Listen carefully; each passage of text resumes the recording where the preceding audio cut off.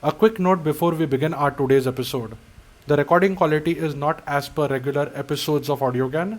However, the conversation is so enriching that hope it compensates for the loss of audio quality. I'm sure you'll attune yourself after listening to a couple of minutes. Welcome to Audiogyan with Kedar Nimkar, a podcast that documents insightful conversations with Indian designers, artists, musicians, writers, thinkers, and creatives of all types. Catch us on iTunes or visit audiogyan.com for more Gyan sessions. Here's your host, Kedar Nimkar. This is the 200th episode of Audiogyan. My heartfelt thanks to all guests for being on the show. I appreciate you putting your efforts and giving your time for this small project of mine to document Indian designers and artists. Today I have Sudhir Patwardhan with us on Audiogyan. I celebrated 100th episode with India's design hero B.V. Doshi, and I'm equally thrilled and excited to celebrate this 200th episode with another legend, Sudhir Patwardhan, one of India's finest painters. So thank you, sir, for giving your time, and it's a real honor to have you on Audiogyan. Thank you, Kedar. It's my pleasure. And I've come up with few questions, mainly to document and understand your thought process, your philosophy, and your perspective towards art in general, and some bits of painting as well. So the first thing which I want to ask is, like most legendary musicians talk about having emptied their mind to reach like a higher state of consciousness while performing, like Bismillah Khan or Kumar Gandharva. These people say that you have to empty your mind, right? So is this the same process while painting? I mean, a painter seems to be filled with thoughts, contradictions of the world, conflicts. So if you can start there, that in general, what's the thought process, and in particular with you as well, what inspires or what kicks off a painting? Yeah, sure thing. I would say that for speaking for myself, my process starts at 2 points simultaneously. One is, of course, the experience of the external world, the world around me. I'm continuously responding to that world and observing and emotionally involved in the life of people around and things like that. So that is one source, that is one point from which any painting for me would start. The other point, equally important, is some inner need. And this inner need is a need for some kind of rhythm, some kind of structure, or some kind of order, you might say. So this is independent of one's experience of the external world as such. This is an inner need. But as the painting progresses, these two tend to come closer together. And at some point, I think they actually come together. And that is a point of a kind of heightened awareness. It is a heightened awareness of the world with all its contradictions, as you said, and all its conflicts. But it's also a heightened awareness of order, some kind of order that has come from the artist.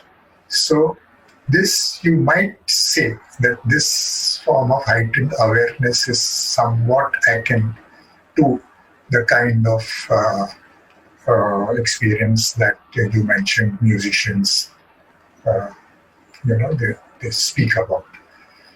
But I think painting is quite different in the sense it is a much long drawn out process. It's not like a 1 hour performance or something. So it's probably quite different from that. And for me, it is quite different from that. But is there any, I mean, does every painting go through the same sort of process, or it depends on, I mean, are there any other parameters apart from these two which you mentioned? Well, for me, mostly because my paintings are essentially to do with the world around me, people's lives that I observe.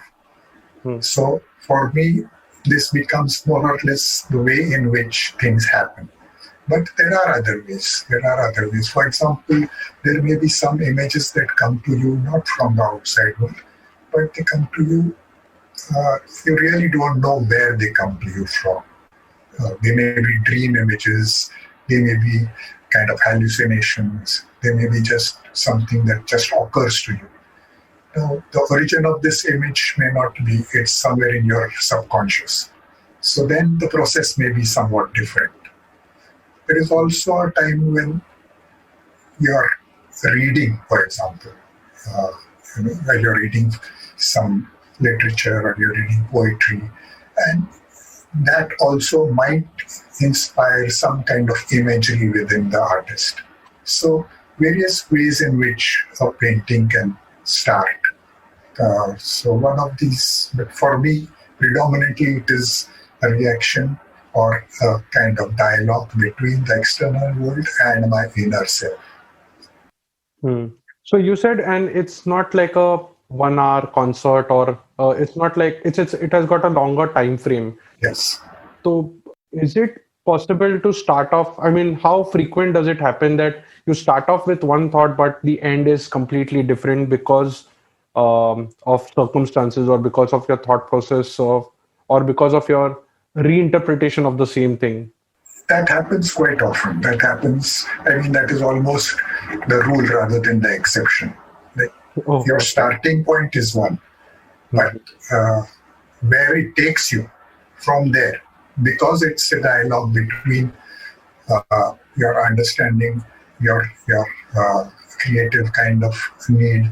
So because it's a kind of dialectic between various things, it will take its own course, and you have to allow it to take its own course.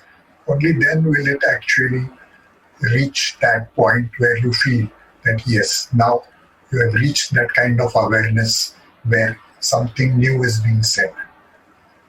So it does happen very often. You start from somewhere and you're always moving in a direction that you cannot predict, you do not know.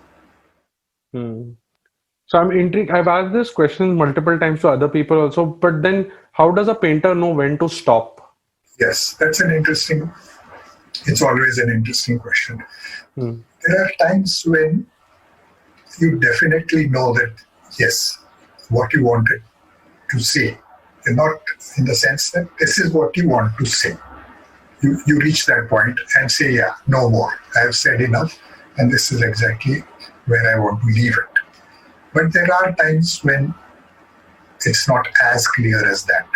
And then usually you make some mistake, you go more ahead, and you realize that you're taking it a bit too far, you should retract. So there are various kind of complications in that act of finishing.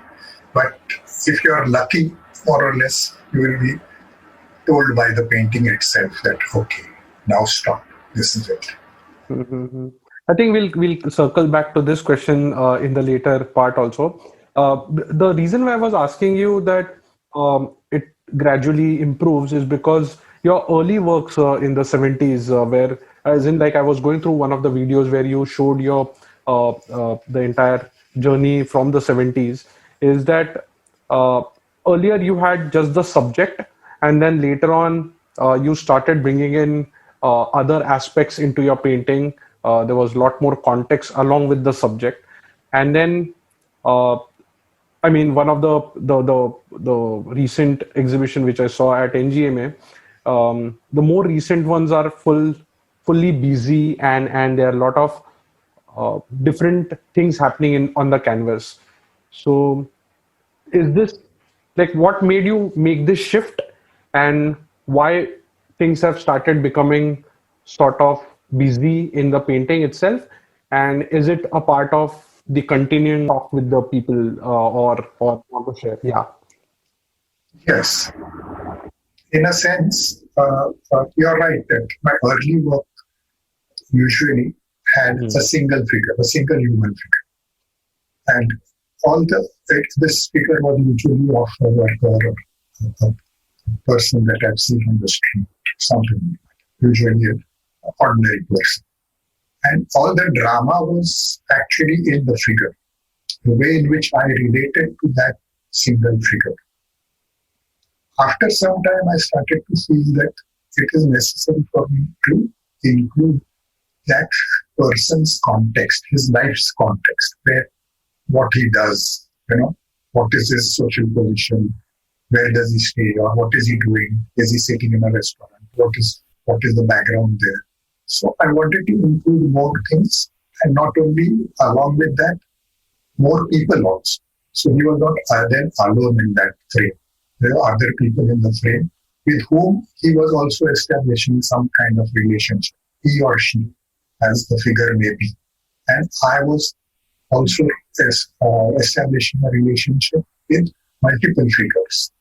Now this kind of complicates or makes the structure much more complex than when you are handling single figure. So the structure became more complex. After this, there was a period when I even moved even further back, so that I was seeing much more of the city. So it might be multiple buildings, multiple flyovers, multiple things. And so there were multiple figures, so that it was not about one single figure or one single human being, but it was about a whole social situation. So when I did this, I was moving back, I was becoming more of an observer rather being very closely associated with that one figure. So this made the whole structure more complex. But I have always returned.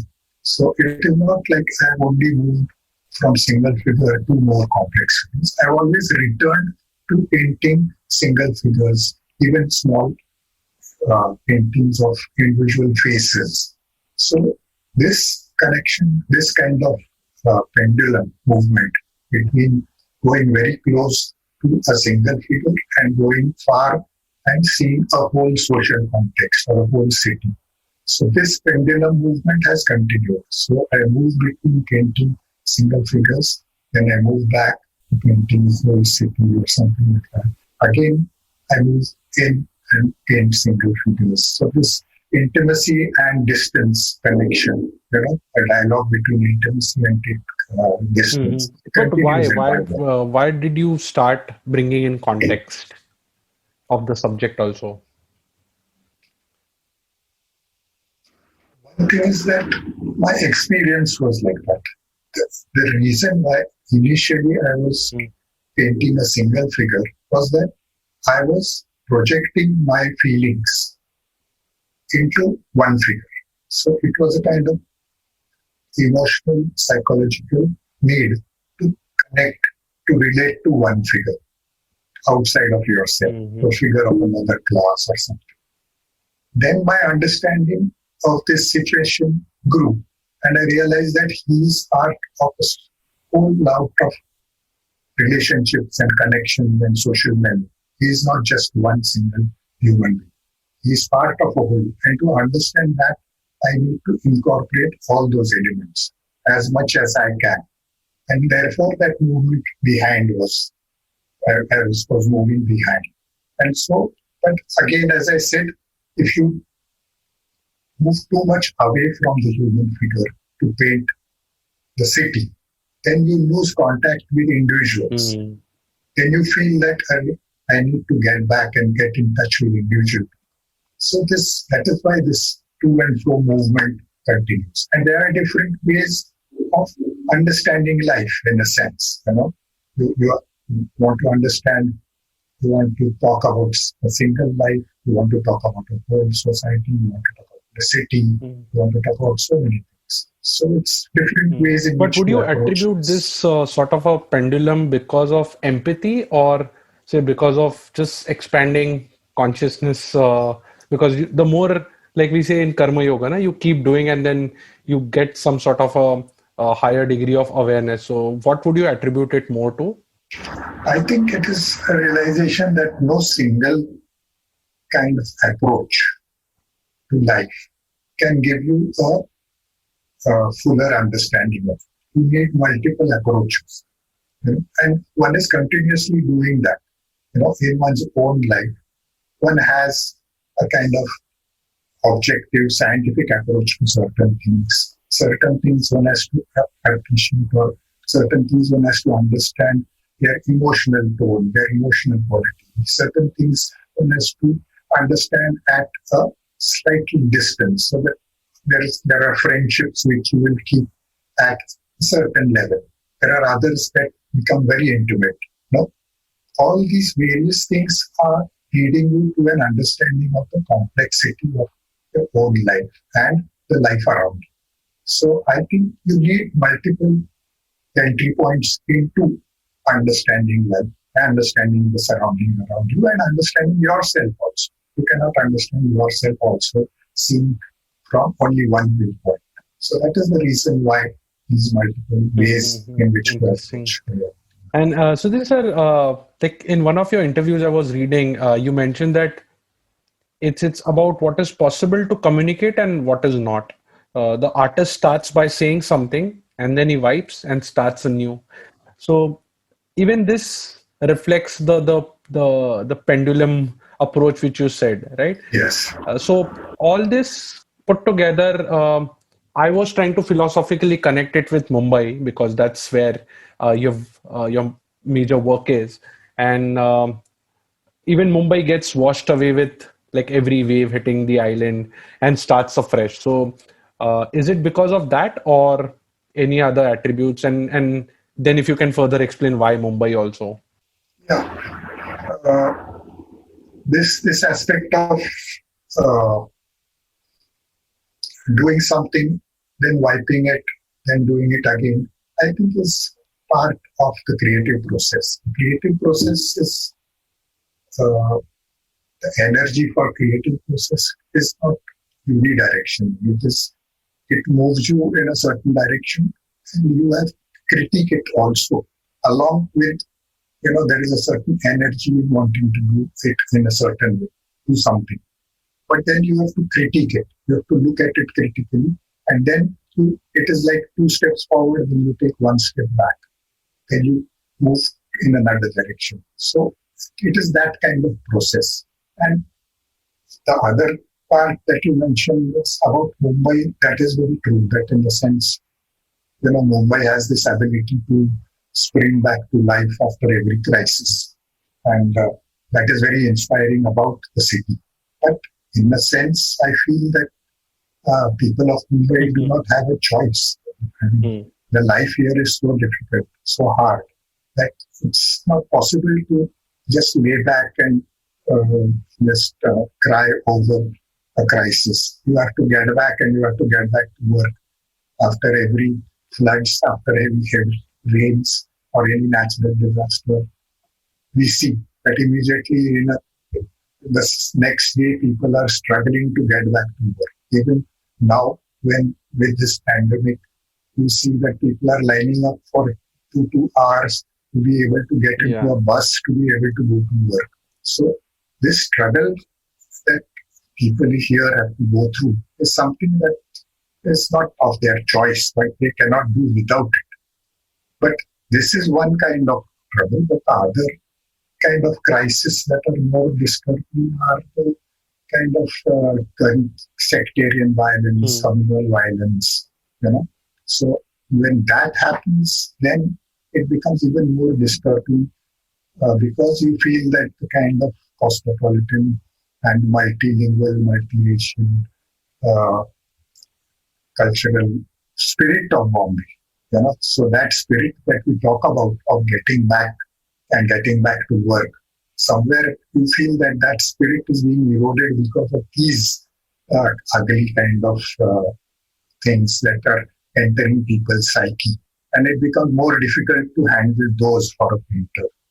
But you're right that part of the reason why you want to continuously try and get back is what you learn from a city like that. So, I mean, this as you truly said, it just keeps bouncing back. So, it's just transmuting rapidly all the time. So, like, how do you pick, or how did you pick subjects to paint? I mean, I have just two examples to just take equally important issues like the corporate towers threatening to take over the mills, and at the same time the riots. So, like, how did you manage to like handle the anxiety of expressing these equally burning issues and yet make like the iconic pieces of art. So if you can take some example and explain, please. Well, any significant work of art Hmm. or iconic work, as you call, is born out of pain and anxiety. And it isn't trying to deal with these that an artist will evolve some complex forms and structures that can hold. Ultimately, it is a question of being able to hold these conflicts within your composition or within your painting structure. So that is the struggle that every artist, and that is for me the struggle that I have to go through. Now, the examples that you have given of corporate arts, now, and the change that happened after the mills closed down. You know, one has tried to understand that, and one has tried to come to terms with that. In some senses, one understands that change is inevitable. So the mills were there for 100 years. Something had to change. They closed down. Something new has come up. So this one can accept. But if there has been injustice, for example, loss of jobs, people have not been paid, and then crores of rupees have been made on land deals, and land which was given to the mill owners at a pittance by the government, leased to the government, by the government. Over that, these people have made huge amounts of profits. And also mainly the fact that Bombay has developed in a way not that was right for Bombay as a city or for the majority of people, but it has developed purely in the last 20, 30 years, purely on the basis of a profit motive. So these things one tries to understand, and one tries to build that into, tries to make a statement about that. For example, the lower current painting that I have, there is a closed mill on one side, there is a high tar coming up on the other side. This contrast between that, and then that lower Parel stone bridge that was there. And the life of these people going on. So ordinary people will just continue their life. So you can identify with that, and you realize how much of a struggle it is for them. But you also want to critique what is the overall way in which development is happening. So that is also part of what you were trying to say. Mm-hmm. And you mentioned about holding that thought. It seems to be like a painful journey. So why does it have to be like, I mean, um, what makes it, why do you hold it then? Just to express that? Holding, what I meant was that, you're doing a work of art, you're making a work of art.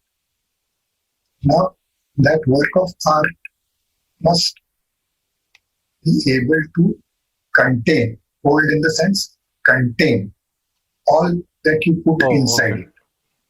So there may be anger, there may be love, there may be conflict. All these things, there must be, it has to contain this. Now, if it is only overflowing all the time, a work of art is like a vessel, and the vessel, what you put into it, you put in everything that you experience in life into it. But if it is continuously overflowing, then it does not become a successful work of art. That work of art, to become complete, it must contain all that within itself. In that sense, it must hold. Only then does it become a complete work of art. Only then does it give you that full very, very beautiful, and like it's amazing. And yeah, if like how did you pick subjects, because both are equally, so you was there any thought process to pick one over the other, or various things? Now, from the earlier in the 70s and 80s, I used to paint a lot of people who were from the mill area. Then the mills closed down, then I also had moved to Thana. So then that subject had fallen. That was not a subject that I was doing. I was painting more of Thana, suburbs and all. But then the changes that started to happen in the mainlands after 90s, the kind of development that started there, and the kind of infrastructure with lack of infrastructure, the kind of building, you must be knowing about Charles Correa and so many important architects have put forward a plan for the redevelopment of the mainlands, which had considered the need of the city as a whole and the need of the people that had been displaced, that had lost their jobs, all that. Now, ultimately, the politicians just put this aside and they developed the land according to their own needs and profits. So you can see today that it is such a mess, that whole place. Traffic is a mess, everything is such a mess. So this kind of development is something that you cannot stay quiet about.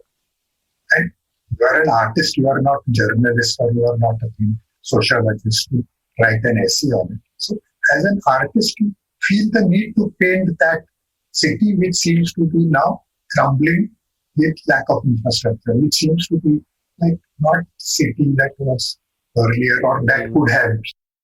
So that is one aspect. The other one that you mentioned was riot.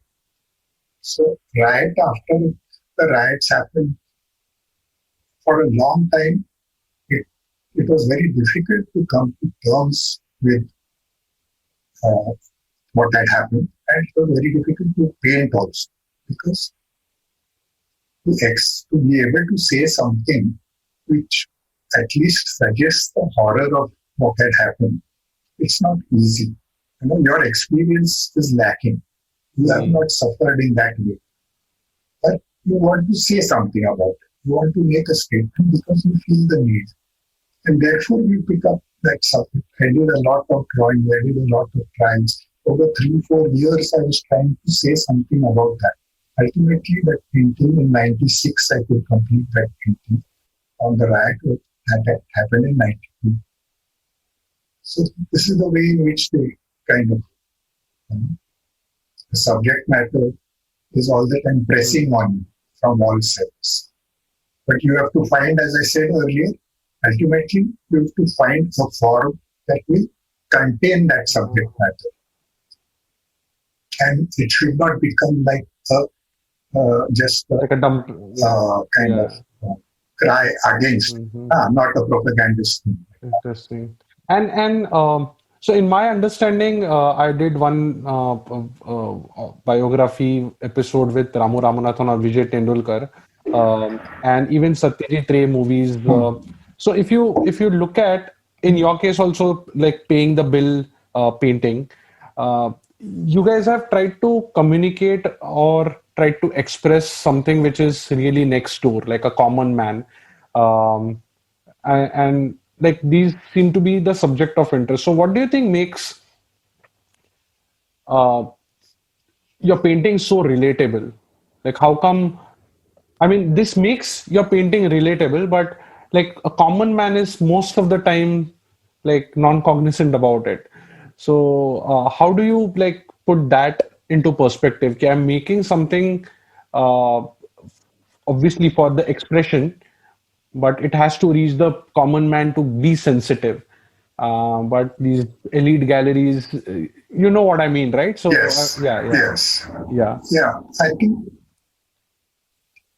one of the things that I've always told myself, since I have always been a painter of people, what I've always felt is that the people that I paint, the people who are the subjects of my paintings, should be able to identify themselves in those paintings. In that sense, I do not want to be talking to a third person about someone. I want to be talking to that person about himself. This I've always kept in mind in some sense. And what it means is that you approach the figure with a certain respect for his autonomy, that you realize this is another person. He has his own life. He has led a life that you do not know completely. You are only trying to understand it. And if you want to try to understand it, you must approach it so that he can see that this is his life. He can see his life within this representation. So through this attempt, because of this attempt, I think people find that they can relate to my work. Most people I find a lot of people from any class, they find my work that they can relate to it. The question of the common man not being cognizant of it, I think is that mostly they do not get an opportunity to see works of art. They in their daily rush of life, they have no time to set aside for art and this experience, unfortunately. But if that art is taken to them, then definitely they relate to it. Now, of course, there will be differences that certain people are more sophisticated, they understand art better, they know the history of art, they can relate to it in a different way. And certain people will relate to it in a simple way, according to the subject, according to what is shown. But all of these people, any way they can relate is important, I think. You know? So it is not only people who are seeing it in a sophisticated way that, of course, ideally the people who do not have education should also be able to develop in that way.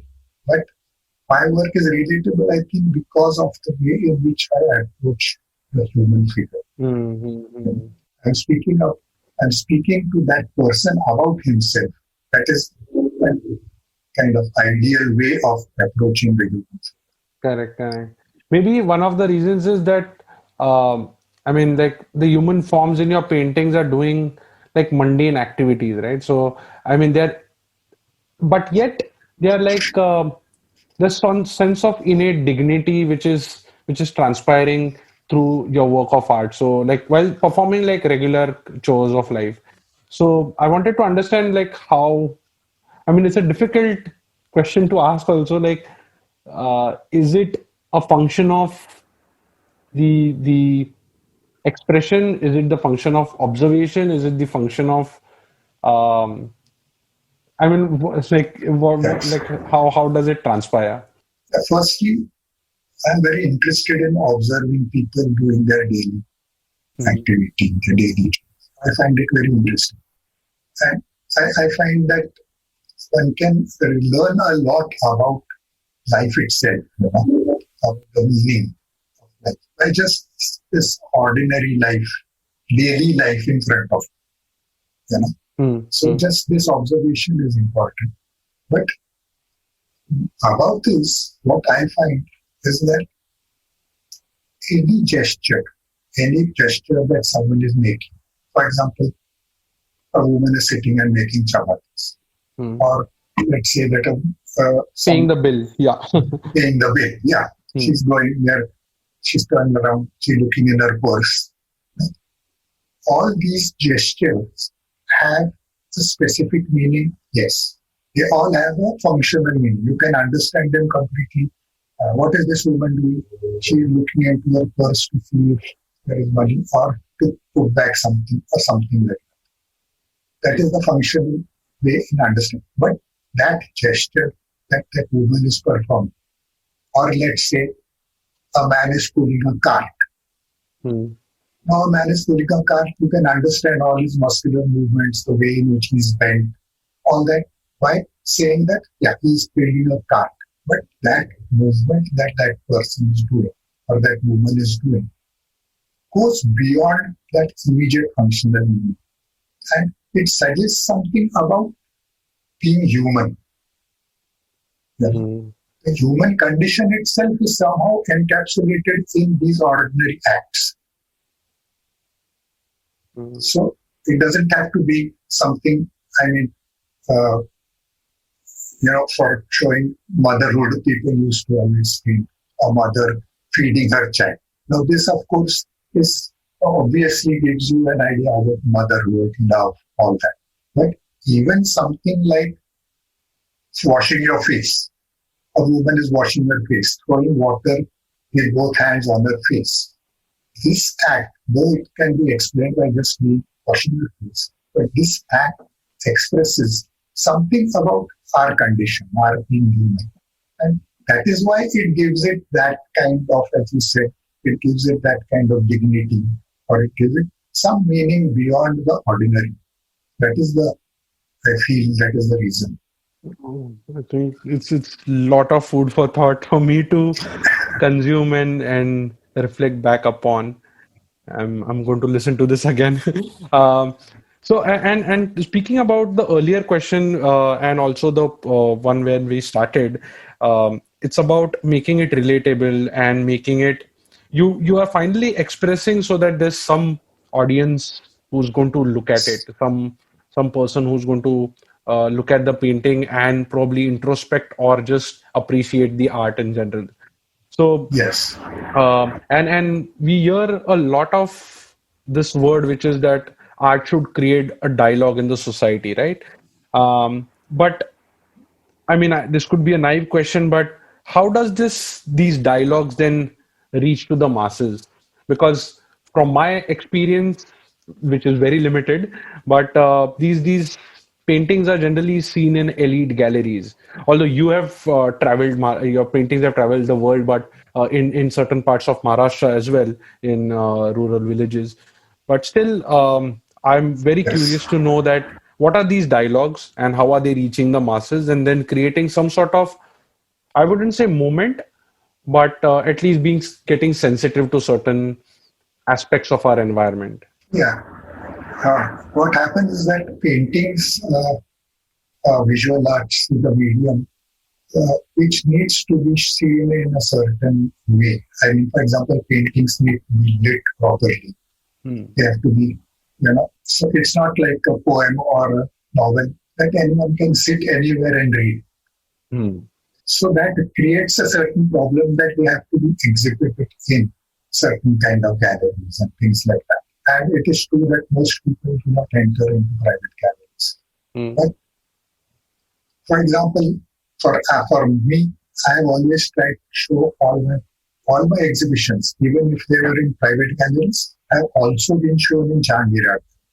Now in Jahangir Art Gallery, in 1 week, I will get 10 times or more the audience that I will get in a private gallery even in a month. Hmm. So that way one can, and of course, as you mentioned, I have tried in various ways. For example, I was painting paintings, landscapes in Thana in Pokhran. Hmm. This was in the late 80s. Then I had exhibitions of those paintings in Pokhran, in a municipal school, in a factory shed, even on a roadside, and 5 or 6 exhibitions like that in a shop. So that is true because for 3 years I was going to that area, painting that area, and people used to gather to look at me painting. So they knew that this artist comes in a scooter, sits here and does some paintings. They had seen me. Then after 3 years, they actually saw an exhibition at all these paintings together. So they developed some kind of understanding of what art is, how it is done. Then I gave them a pamphlet show telling them how these paintings can be seen in Bombay, in the museum or here or there, whenever you can go. So trying to educate the people is always, and the exhibition that you mentioned, traveling to 8 cities in Maharashtra, was also, in that sense, an educational project. 30 artists took them all their work around 8 cities and had lectures, had seminars, various things to educate people. People are hungry for this. It's not that people are not interested. They're very much interested and very much hungry, but they don't get the opportunity. And that, unfortunately, what I do not know whom to cannot say, but for example, our museums don't do enough of outreach, and we have very few museums in the first place.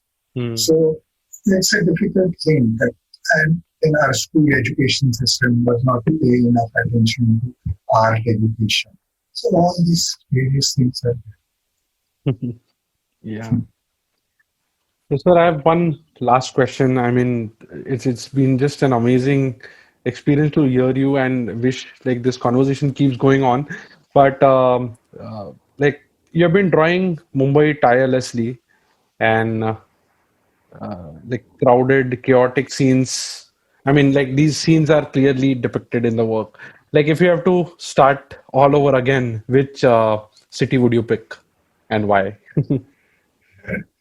I mean, Very this may sound like question. a typical media type question, but it's a genuine one to understand. Like, Yes. what will it feel to start all over again with? Like, will it be like? I mean, this stem from understanding that if you were in Japan, like will Sudhir Patwardhan draw something super minimalistic, or what will be the Yes. yeah. Yes. I mean, it would definitely be quite different. Hmm. I would say that, like, I came to Mumbai in the early 70s, Hmm. and I immediately, the city kind of took hold of me almost. So I was completely like uh, taken up with this city. But in the 70s, the city was very different from what it is today. Hmm. And over the last 40 years or more, I have depicted the changes that the city has gone through in some sense, you know. And gradually after the 90s, especially, the city has changed drastically. And I would say that the kind of attachment to the city that city of Bombay that I had in the 70s, 80s, and 90s, today I feel that I do not have that kind of close attachment to the city. So this may be both things. That for one thing, I myself have grown old, so then things change when you grow old. And other thing is that the city has changed in a very different way. So if I were to start again at this time, what I am today, I would probably think that I would not want to be painting in this city. I probably would want to be painting in some smaller city where things are changing in a different way, where you can still grasp the whole economics and the sociology and the psychology of people and everything. Somehow you can still grasp that. So probably that might be, if you give me the choice, okay, start back again. Wow. I would probably, but it's difficult to say. I mean, my whole career is so much linked to this city that it is difficult for me to, in that sense, break away from it also. Correct, correct. Actually, it's really wonderful, but we left the one question in the starting is that how do you stop? Where do you stop? When do you stop? And I'm particularly interested in understanding that when you stop, um, the next painting, what if it it's a continuum? What if it starts again somewhere there? So I'm yeah, I'm personally intrigued with this idea of like when do you stop? Like how do you stop? Yes, If you can share more details about it, yeah. yes. In most cases, as I was saying, that for me, starting the painting starts from 2 points. There is an external experience of an external world, and there is an inner need. And when these two come together, that is the point at which, in a sense, there is a sense of heightened awareness. And if you reach that point in the painting, you feel that, yes, now I have achieved both an understanding of myself and an understanding of the outside. That is the point at which ideally you stop. You know? But this is not a situation that happens every time. And many times you are left a little confused, whether you have really said what you want to say, whether there is something left unsaid. And then that goes on to your next question, that in many times you feel you have reached something incompletely. You have reached, but there is nothing you can do about it. You cannot improve upon this. Then you start another painting, in which you try to push this to another level. So that is another way that you can do. So there are various things like that can happen. But ideally, I would say the painting is the one that is telling the artist. This is even one stroke more, even changing one small thing is going to harm the painting. And sometimes you don't realize and you actually do it. And after you do it, you realize that, now I have to go back. I have to wipe that out and I have to go back. So those are the kind of processes through which this completion happens. But I think there's too much kind of myth attached to this idea that every time the artist reaches a point at which the painting just says it's perfect. Yeah. Many times it is not. Many times you realize that you could have done something else, you could have done something more, but you can't. You cannot push it anymore. So many statements, many works of art, and this is true of novels, this is true of cinema, this is true of every art, that no art reaches that state of perfection. Very few works reach that state of perfection where nothing else can be done. But the others, where they do not reach a perfection, they are in fact a stimulus for continuing with that search. That is the way. I think, actually, I can just wonder and not really connect with it, because I think it's more experiential. You start with that conflict, you start with that 2 points. First, to identify those 2 points at an experiential level is something which I've not personally witnessed. So understanding that first, and then reaching a point where they meet and get that small little thought that, yes, this is complete. I think it's a long journey for me to understand, at least. I barely struggle to know when to stop these sort of conversations, because it's just so enriching. So I have a very long way to go. We'll conclude on this note. I don't know how to thank you. It's just wonderful talking to you. And once again, thank you, Sudhir sir, for giving your time. It was real honor speaking to you. Thank you. Thank you, Kedar. Okay. Bye. Take care. Bye. Thanks. Bye. Bye. And that's it from today's Gyan session. Catch us on iTunes, Saavn, Stitcher, or any podcasting app you use. Do rate us on iTunes and follow us on Twitter, Facebook, and Instagram. Stay tuned for more Gyan on Audiogyan.com. Till then, bye.